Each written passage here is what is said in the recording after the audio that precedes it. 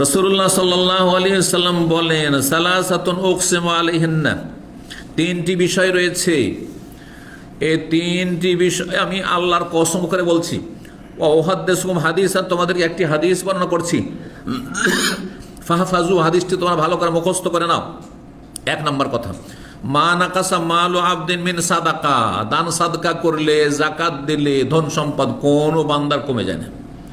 কোন ব্যক্তি দুনিয়ার বলতে পারবে না মুসলিম যে আমি যাকাত দিয়েছি 1 লাখ টাকা, সেই জন্য আমার টাকা পয়সা কমে গেছে বছর, বরং বাড়বে। ওয়ালা যুলিমা আবদুন মাজলিমাতান ফাসাবারা আলাইহি ইল্লা যাদাহুল্লাহু ইজ্জান। আর দ্বিতীয় বিষয় হচ্ছে, কোন ব্যক্তির ওপর যদি জুলম অত্যাচার করা হয়, আপনার সাথে আমার সাথে অবিচার করা, অন্যায় করা হয়, আল্লাহ আপনার ইজ্জত সম্মান বাড়িয়ে দেবে। একজন আপনাকে ছোট করার চেষ্টা করবে, আল্লাহ বহু দিক থেকে আল্লাহ আপনাকে উপরে উঠিয়ে দেবে। 3 নম্বর হচ্ছে, ওয়ালা ফাতাহ আবদুন বাবা মাসআলাতিন, কোন বান্দা, কোন মানুষ যদি ভিক্ষা করা শুরু করে, যাচ্চা করা শুরু করে, চাওয়া শুরু করে, তাহলে ইল্লা ফাতাহ আল্লাহ আলাইহি বাবা ফাকরিন, অভাবের দরজা আল্লাহ খুলে দেবেন, অভাবই ঘুচবে না আপনার।